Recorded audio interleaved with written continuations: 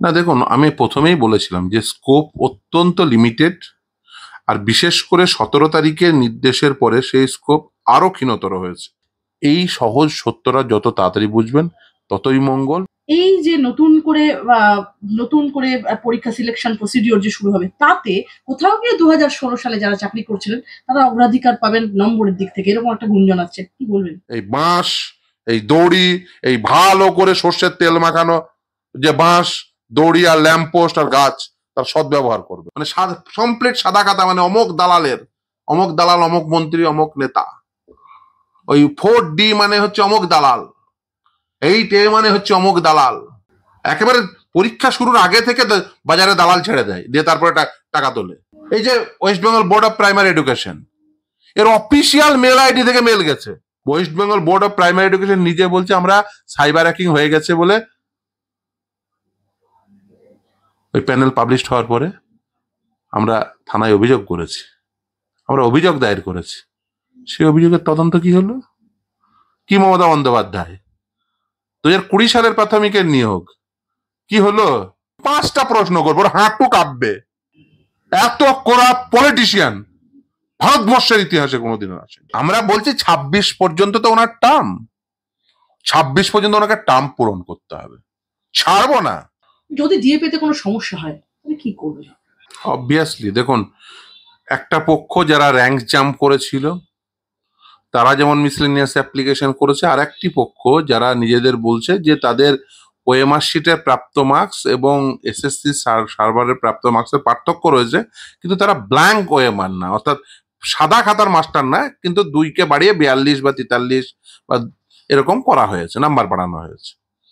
আর একদল বলছে যে আমরা র্যাঙ্ক জাম্প করে চাকরি নিয়েছি, তো আমাদেরও ওই একই, তাদের সব নতুন সিলেকশন প্রসেসে পার্টিসিপেট করতে দিতে হবে।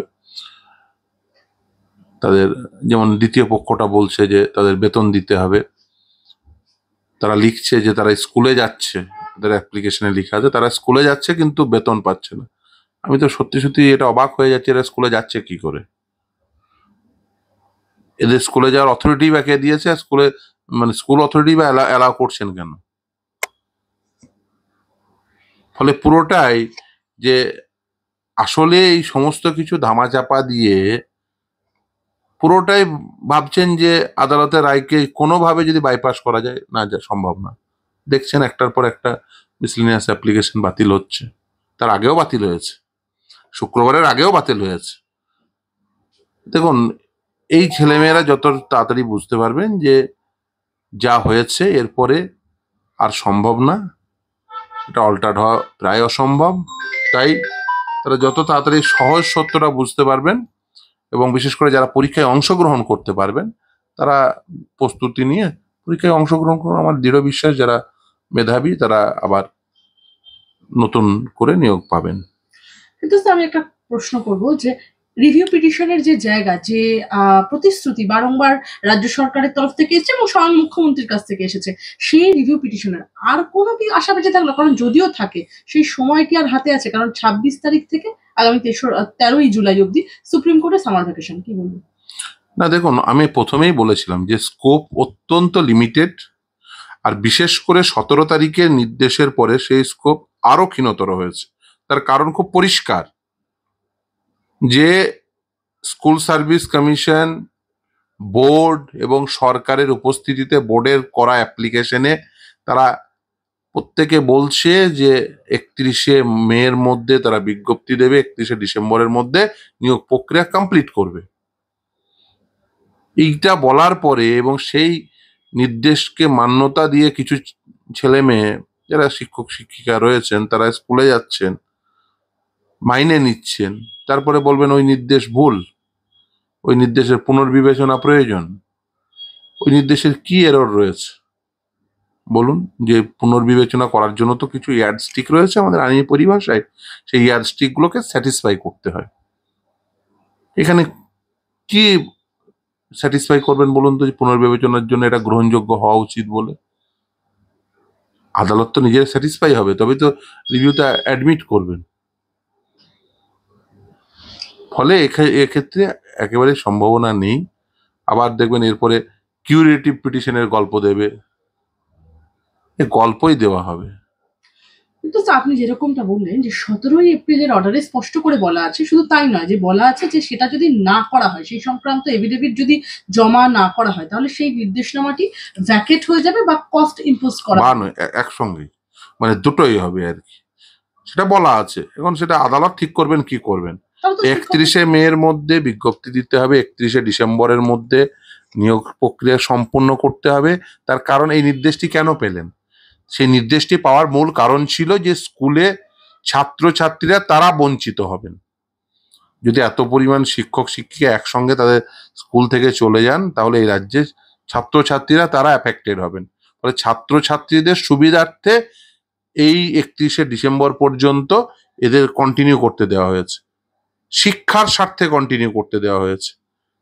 ফলে সেটিকে হাতিয়ার করে যদি মনে করেন যে শিক্ষার স্বার্থ বিরোধী কোনো কাজ করব, তাহলে খুব স্বাভাবিকভাবে আদালতের সেই নির্দেশ ভ্যাকেট হয়ে যাবে। এবং আদালত সে কথাই বলেছেন, এবং সঙ্গে বলেছেন কস্ট ইম্পোজিশনের কথা, বলে সে কস্ট ইম্পোজড হবে। এই সহজ সত্যটা যত তাড়াতাড়ি বুঝবেন ততই মঙ্গল, যে পরীক্ষা দিতে হবে এবং ছেলে মেয়েদের পরীক্ষার প্রস্তুতি নেওয়া উচিত, সময় নষ্ট না করে। তাহলে যারা এখন চাকরি করছেন আদালতের নির্দেশ অনুযায়ী, তো তাদেরও তো চাকরি আর থাকবে না, তারা তো রীতিমতো হ্যাঁ, অবভিয়াসলি নতুন সিলেকশন প্রসেসের মধ্য দিয়ে তাদের আসতে হবে। এবার ধরুন তাদের মধ্যে অনেকেই পাবেন, আমি বিশ্বাস করি অনেকেই পাবেন, কারণ তারা প্রত্যেকেই যোগ্য নিজেদের বলছেন, তারা পাবেন, অনেকেই পাবেন। আর হয়তো কিছু জন নাও পেতে পারেন, ফলে যারা পাবেন না তাদের চাকরি থাকবে না। একটা কথা গুঞ্জন শোনা যাচ্ছে যে নতুন, আপনি একদম বঞ্চিত চাকরি প্রার্থীদের সাথে প্রথম থেকে লড়াইয়ে একদম প্রথম সারির মুহূর্তের মধ্যে অন্যতম। আমি বলবো, একটা কথা ফিরদৌসদা শোনা যাচ্ছে যে এই যে নতুন করে পরীক্ষা সিলেকশন প্রসিডিওর যে শুরু হবে, তাতে কোথাও গিয়ে 2016 সালে যারা চাকরি করছিলেন তারা অগ্রাধিকার পাবেন নম্বরের দিক থেকে, এরকম একটা গুঞ্জন আছে, কি বলবেন? সেটা যদি হয় সেটা অন্যায় হবে, সেক্ষেত্রে আপনি এবং সেক্ষেত্রে যদি সেটা যদি করে তাহলে খুব স্বাভাবিকভাবে সেটা চ্যালেঞ্জড হবে, এবং খুব স্বাভাবিকভাবেই সেটা আদালতের দ্বারে এসে মুক্তবরে পড়বে। কারণ সকলকে, আমাদের দেশে রাইট টু এমপ্লয়মেন্ট বলে কিছু নেই, চাকরির অধিকার নেই, চাকরিতে সমান সুযোগের অধিকার রয়েছে, equal opportunity in public employment, এটা হচ্ছে ফান্ডামেন্টাল রাইট, এটা হচ্ছে মৌলিক অধিকার। রাইট টু এমপ্লয়মেন্ট নেই, অর্থাৎ প্রত্যেককে চাকরি দিতেই হবে সরকারকে বাধ্যতামূলকভাবে, আমাদের দেশে আইনে সেটা নেই। ওটা হলে আমি খুশি হতাম, যে প্রত্যেককে বাধ্যতামূলকভাবে চাকরি দিতে হবে, প্রত্যেককে বাধ্যতামূলকভাবে অন্য সংস্থানের ব্যবস্থা করতে হবে, ওটা হলে সব থেকে বেশি আমি খুশি হতাম। কিন্তু দুর্ভাগ্য হলেও সত্য, এটা এখনো পর্যন্ত ভারতবর্ষের আইনে নেই। ভারতবর্ষের সংবিধানে এই মৌলিক অধিকার বর্ণিত রয়েছে যে ভারতবর্ষের প্রতিটি নাগরিকের চাকরি সংক্রান্ত বিষয়ে সমান সুযোগের অধিকার রয়েছে। সেই ক্ষেত্রে আপনি ধরুন একটি ছেলে যে 2016 সালে বঞ্চিত হয়েছে ডিউ টু কারাপশন, আরেকটি ছেলে সে চাকরি পেয়েছে, তাকে আপনি অ্যাডভান্টেজিয়াস পজিশনে রাখবেন, আরেকটি ছেলে যে বঞ্চিত হলো সে ডিপ্রাইভড হয়েই থাকবে, এটা তো হতে পারে না। ফলে এই দুটোর মধ্যে সাম্যতা প্রয়োজন। আপনি এই যে সমান সুযোগ দিতে হবে সকলকে, যে বঞ্চিত হয়েছে, যে হয়েছে, প্রত্যেককেই। ফিরদৌসদা, যে লড়াইটা একদম দীর্ঘদিন, আজ প্রায় বলা চলে 8 বছর ধরে লড়তে হচ্ছে বঞ্চিতদের পাশে দাঁড়িয়ে থেকে, সেই লড়াইটাই আরো বেশি দীর্ঘায়িত হবে না তো? কোথাও গিয়ে এই যে কোথাও গিয়ে একটা পাইয়ে দেওয়া এই কথাটা যে হচ্ছে, মানে যারা চাকরি করতেন তাদেরকে একটা গ্রেস মার্ক দেওয়ার ব্যাপার, এই স্বচ্ছতা, কেউ কেউ আবার বলেছেন যে প্রশ্নপত্র বিক্রি হয়ে যাবে না তো, এবং এই যে গ্রেস মার্ক দেওয়ার একটা প্রসঙ্গ উঠে আসছে, স্বচ্ছতা বজায় থাকবে তো? দেখুন, আমাদের প্রত্যেককেই ভিজিল্যান্ট থাকতে হবে, সমাজের প্রতিটি মানুষকে। তার কারণ বর্তমানে যারা সরকারে রয়েছে তারা দুর্নীতিগ্রস্ত। এই দুর্নীতিগ্রস্তদের বিরুদ্ধে সমাজের প্রতিটি মানুষকে দায়িত্ব নিয়ে এদের বিরুদ্ধে প্রত্যেককে হাতে হাত রেখে আন্দোলন তৈরি করতে হবে, হাতে হাত রেখে লড়াই তৈরি করতে হবে, এবং সর্বোপরি প্রত্যেককে ভিজিল্যান্ট থাকতে হবে। তার কারণ এরা একটু সামান্যতম সুযোগ পেলেও কি করে এই বিষয়টিকে ভণ্ডুল করা যায় তার বন্দোবস্ত করবেন। দেখবেন এমন করে একটা কিছু করবে যাতে বিষয়টা একটু ভণ্ডুল করে দেওয়া যায়, বিষয়টা আবার একটু দুর্নীতিগ্রস্ততার পথে নিয়ে যাওয়া যায়। প্রত্যেককে দাবি করতে হবে যে ন্যূনতম 20 বছর সমস্ত কিছু সংরক্ষণ করে রাখা হবে, সে উত্তরপত্র হোক, সে প্রশ্নপত্র হোক, মিরর ইমেজ রাখতে হবে। ইন্টারভিউ ইন ক্যামেরা করতে হবে উইথ সাউন্ড। এ তো শোনা গেছে, নাম কি, বাবার নাম কি, পাঠিয়ে দিয়েছে, 10-এ 10।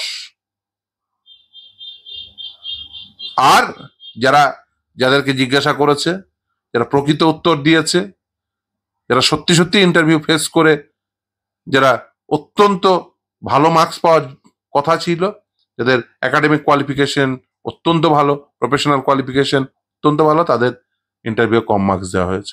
যে ছেলেরা এই ওয়েটিং লিস্টে আছে, যারা ইভেন নিচের দিকে আছে, তাদের দেখবেন নাম্বার তুলনায় ভালো, professional qualification, educational qualification better, তাদের রিটেনে ইভেন পারফরমেন্সও ভালো, যেগুলো করাপশন করেছে সেগুলো বাদ দিয়ে, অথচ তাদের ইন্টারভিউ নাম্বার কম। দেখুন, আমাদের দেশে সবকিছু নিয়ে যে আইন হয়ে গেছে তা তো নয়। 15% বেশি ওয়েটেজ রাখা যায় না। ঠিক আছে, ওরা 10 রাখছে, 10 রেখে কি করছে, যে কম নাম্বার পেয়েছে, একাডেমিক কোয়ালিফিকেশন খারাপ, প্রফেশনাল কোয়ালিফিকেশন খারাপ, তাকে 10-এ 10 দিয়ে দিচ্ছে। আর যে ভালো তাকে 10-এ 7, 3, 4, 5 যতটা কমিয়ে দেয়। আর আপনারা জানেন এই ধরনের কম্পিটিটিভ এক্সামে নাম্বারের পার্থক্য অত্যন্ত স্বল্প থাকে, ফলে তাদেরকে টুক করে লিস্টে তুলে দেওয়া। এই জোন অফ কনসিডারেশন সেটাকে এনলার্জ করা, 1:1.4 রেশিওতে ডাকতে হবে। কি করছে, 100 জনের এগেনস্টে 140 জনকে ডাকতে হবে। তারা কি করছে, 200 জন 250 জন ডেকে নিচ্ছে। যে যাদের এক্সেস ডাকলো তাদেরকে ইন্টারভিউ বেটার মার্কস দিয়ে তাদের সব মেরিট লিস্টেড করছে। এটা করা হয়েছে আগে। এই যে রেশিও ভায়োলেশনের ফলে লেস মেরিটোরিয়াস ক্যান্ডিডেটরা তারা চাকরি পেয়ে গেছে। এই যে নিয়োগ প্রক্রিয়া, এই যে বাতিল হলো যে নিয়োগ প্রক্রিয়ায়, আর এই আরেকটি মামলা চলছিল, সেই মামলাটা তো মেরিটে শুনানি হলো না শেষ পর্যন্ত, যেহেতু বাতিল হয়ে গেল। এই রেশিও ভায়োলেশনের অভিযোগ সেখানে আমরা আদালতে দাঁড়িয়ে সওয়াল করেছি, সেখানে এসএসসির এভিডেভিট থেকে সেগুলো পরিষ্কার হয়েছে। মানে এই দুর্নীতি যেগুলো ধরা পড়েছে, এর বাইরেও অনেক দুর্নীতি রয়েছে, যে শুধুমাত্র সাদা খাতা আর ওই ওএমআর শিটের মার্কস ম্যানিপুলেশন না, ratio violation, reservation policy maintain করা হয়নি, বহুস্তরীয় দুর্নীতি। একটা প্রতিষ্ঠান বহুস্তরীয় দুর্নীতি করলে যা যা হয় তাই তাই হয়েছে, এবং আমাদের প্রতিটি স্তরে লড়তে হয়েছে, প্রতিটি স্তরে। এবং এরা আবারও একই চেষ্টা করবে, সামনে পরীক্ষা আছে, চেষ্টা করবে কিভাবে বাজার থেকে টাকা তোলা যায়। সকলকে সজাগ থাকতে হবে। বাঁশ, এই দুর্নীতি, ল্যাম্পপোস্ট, দড়ি এসব ভালো করে রেখে দেবেন, আর এরকম সাইজের বাঁশ কাটবেন, কেটে ভালো করে, এখন কড়া রোদ আছে, এই কড়া রোদে শুকিয়ে রেখে দেবেন। যে সেই কড়া রোদে শুকিয়ে রেখে সেখানে ভালো করে সর্ষের তেল লাগাবেন, যে বাড়িতে রেখে দেবেন। যারা ওই বাইক নিয়ে এসে, ওই গাড়ি নিয়ে এসে বলবে হ্যাঁ তোমার ছেলে আছে বা তোমার মেয়ে আছে, তোমার টাকা দাও, চাকরি পাইয়ে দেবো, এই বাঁশ, এই দড়ি, এই ভালো করে সর্ষের তেল মাখানো যে বাঁশ, দড়ি আর ল্যাম্পপোস্ট আর গাছ, তার সদ্ব্যবহার করবেন। এলাকার লোক ডাকবেন, চিহ্নিত করবেন যে এই সেই দালাল, এই সেই তৃণমূল, এই সেই ব্যক্তি যাদের জন্য এই আমাদের ছেলে মেয়েদের ভবিষ্যৎ নষ্ট হয়ে গেছে। এর সদ্ব্যবহার করতেই হবে, না হলে পশ্চিমবঙ্গের যে ভবিষ্যৎ সেটা রসাতলে যাবে। কিন্তু একদম আইনজীবী হিসেবে এই দুর্নীতির যে বিস্তর জাল, সেই জাল যেমনটা আপনি বললেন, একদম পুঙ্খানুপুঙ্খ ওয়ান স্টেপ, মানে একদম সিনক্রোনাইজডলি বলেছেন। দেখুন, এই দুর্নীতি কিভাবে হয়েছে বুঝতে হবে। দুর্নীতিটা হয়েছে একেবারে প্রথম স্তর থেকে, একেবারে ওএমআর শিট পেল তার আগে থেকে, মানে দালাল গিয়ে বলে আসছে সাদা খাতা রেখে দেবে, সাদা খাতা রেখে দিলে দেখবে তোমার ছেলে মেয়ের নাম উঠে যাবে লিস্টে। কনফিডেন্স হলো, তুমি সাদা খাতা রেখে দিয়ে নাম উঠে গেলে তুমি আমাকে 5 লাখ দেবে, তারপরে ইন্টারভিউয়ে পরে মেরিট লিস্টে উঠে গেলে এত টাকা দেবে, টোটাল 20 লাখ টাকা দেবে। আমাকে একসময় এক বিচারপতি জিজ্ঞাসা করেছিলেন, মানে আমি ওদের কাছ থেকেই শুনেছিলাম, যে কোনো খাতা সাদা আর কোনো খাতায় 4D, মানে 4D সকলে দিয়েছে, কোনো খাতায় 8A সকলে দিয়েছে, ওই একটাই করা আছে। আমাকে জিজ্ঞাসা করেছিল, আমিও ওদের কাছ থেকে জানার চেষ্টা করেছি, এদেরই তো সব বন্ধু বান্ধব। তো ওটা এক একটা নাকি দালালদের রুট, মানে কমপ্লিট সাদা খাতা, মানে অমুক দালালের, অমুক দালাল, অমুক মন্ত্রী, অমুক নেতা। ওই 4D মানে হচ্ছে অমুক দালাল, 8A মানে হচ্ছে অমুক দালাল। একেবারে পরীক্ষা শুরুর আগে থেকে বাজারে দালাল ছেড়ে দেয়, দিয়ে তারপরে টাকা তোলে। তারপরে পরীক্ষা হলো, তারপরে টাকা দিল। আরে এ তো পরীক্ষা হয়ে গেছে, টাকা দিয়েছে, কি করা যাবে, চলো ওই রেশিও ভায়োলেট করে এদেরকে লিস্টে ঢুকিয়ে দাও। রেশিও ভায়োলেট করে লিস্টে ঢুকিয়ে দিয়েছে, দিয়ে ইন্টারভিউ বেশি মার্কস দিয়ে তাদের লিস্টেড করে। দেখবেন সকল সাদা খাতার মাস্টার কিন্তু চাকরি পায়নি, সকল সাদা, যাদের সাদা খাতা আছে সকলে চাকরি পায়নি। কিন্তু অনেকেই অবাক হয়ে গেছে, সাদা খাতা জমা দিয়ে সাদা খাতায় নাম্বার বাড়িয়ে দিল, অথচ চাকরি পেল না কেন? ফুল পেমেন্ট হয়নি। এই যে West Bengal board of primary education, এর অফিসিয়াল মেল আইডি থেকে মেল গেছে, জাস্ট পুলিশ ইলেকশনের মামলা করেছে, পুলিশে অভিযোগ করেছে, অফিসিয়াল মেল আইডি থেকে মেল গেছে। বিস্ফোরক তথ্য দিচ্ছেন, মামলা হয়েছে, বিস্ফোরকের কি আছে, মামলা হয়েছে, অফিসিয়াল মেল আইডি থেকে মেল গেছে।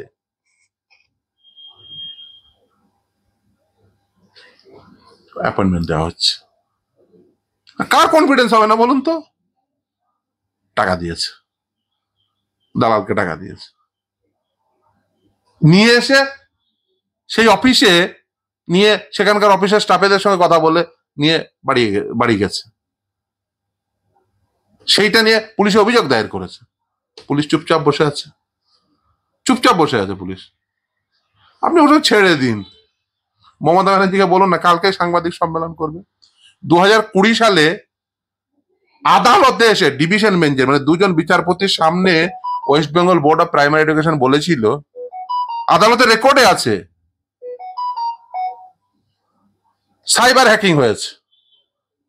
কে পুলিশ মন্ত্রী? মমতা ব্যানার্জি। তো সাইবার হ্যাকিং হলে তার তদন্ত করবে মমতা ব্যানার্জির police. West Bengal board of primary education আদালতে এসে সাবমিশন করেছে, আমরা সাইবার হ্যাকিং এর অভিযোগ দায়ের করেছি। তাহলে মমতার পুলিশ কেন সেই সাইবার হ্যাকিং এর তদন্ত করেনি?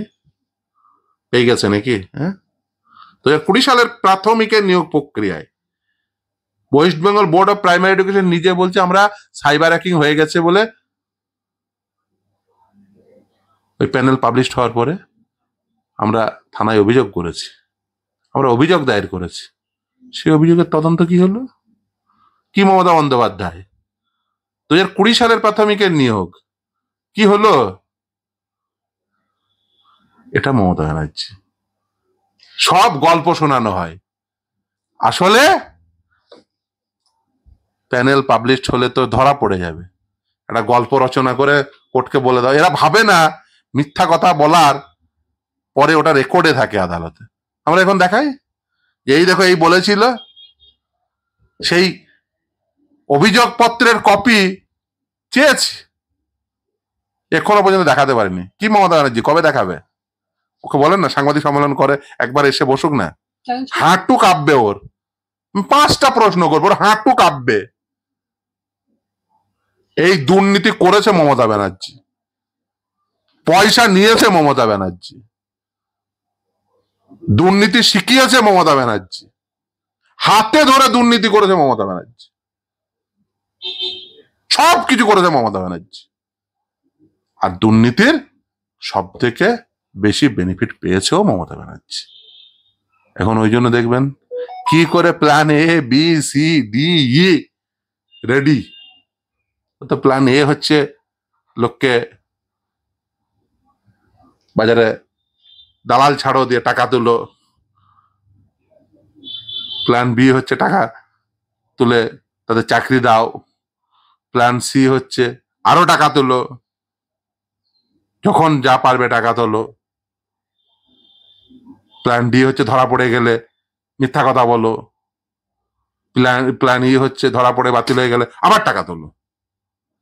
ওর একটাই ধান্দা, বাজার থেকে টাকা তুলবো, দিয়ে ওই টাকায় এটা ওটা সেটা প্লট কিনা, এটা কিনা সেটা কিনা, হোটেল কিনা। ভাবুন কোথায় এটা, কোন হোটেলের কন্ট্যাক্ট অ্যাড্রেস হচ্ছে মুখ্যমন্ত্রীর বাড়ির অ্যাড্রেস।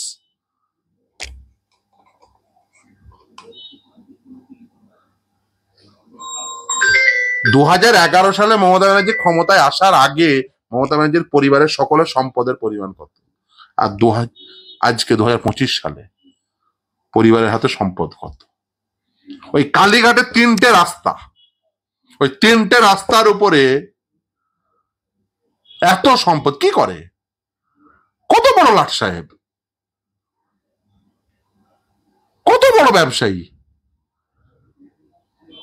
পশ্চিমবঙ্গের কোন পরিবারের এই অল্প সময়ে, এই স্বল্প সময়ে এই পরিমাণ সম্পদ বৃদ্ধি ঘটেছে?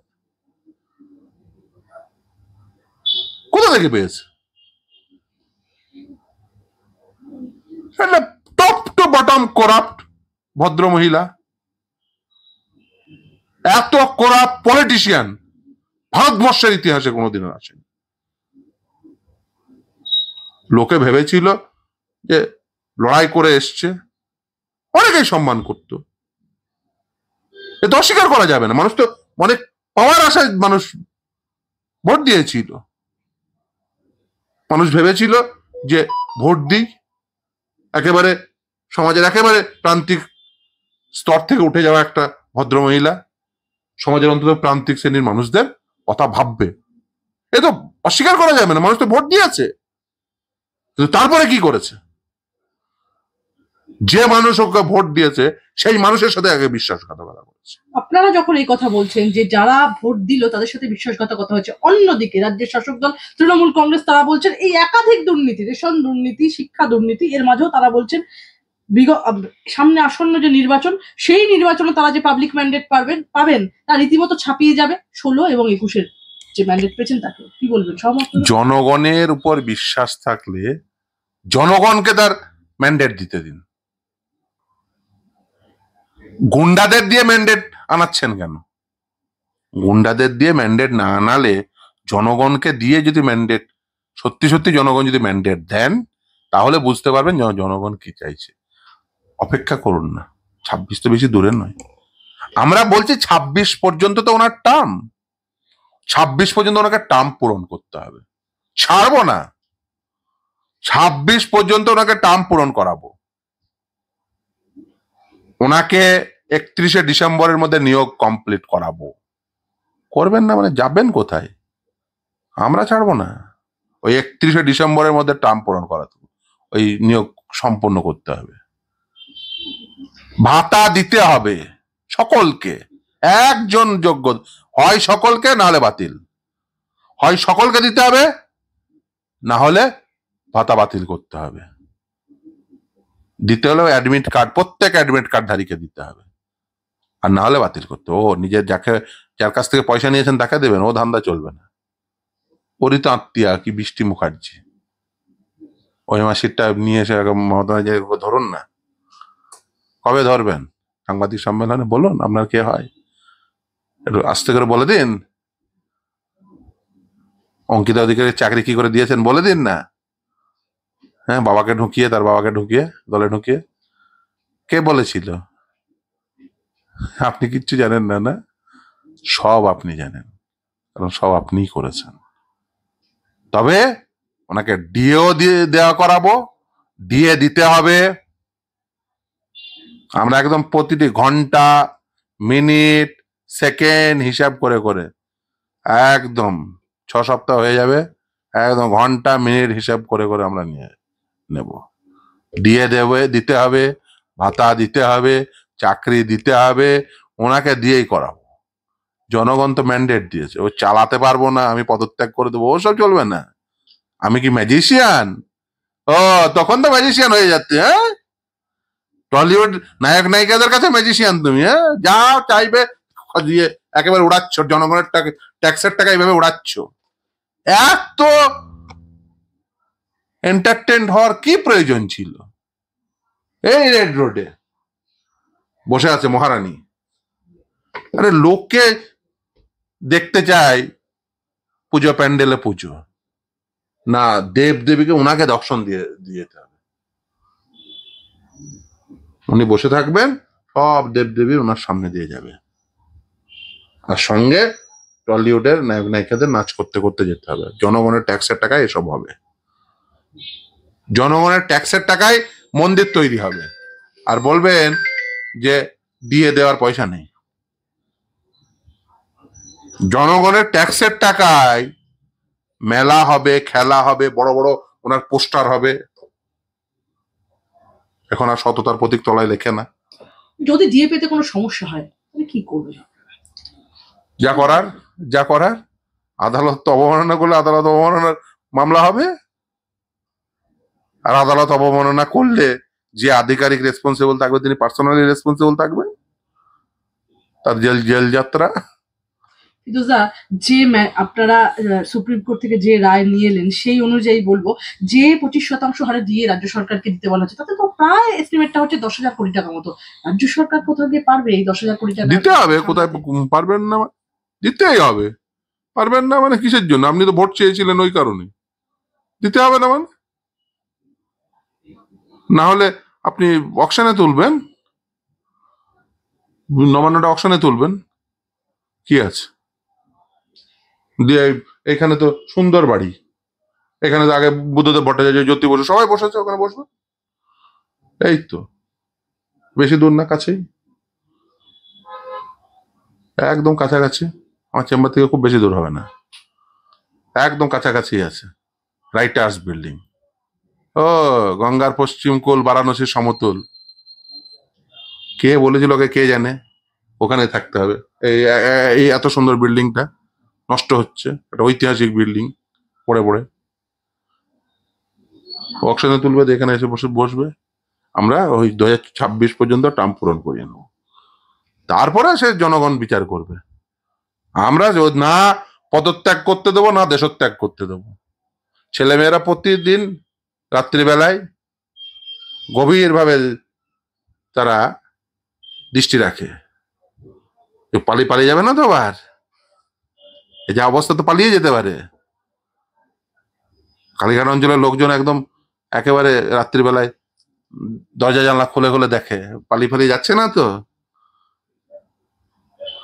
পালিয়ে গেলে কিন্তু জনগণ ধরবে, একদম যাওয়া যাবে না, না দেশত্যাগ না পদত্যাগ, কিচ্ছু হবে না।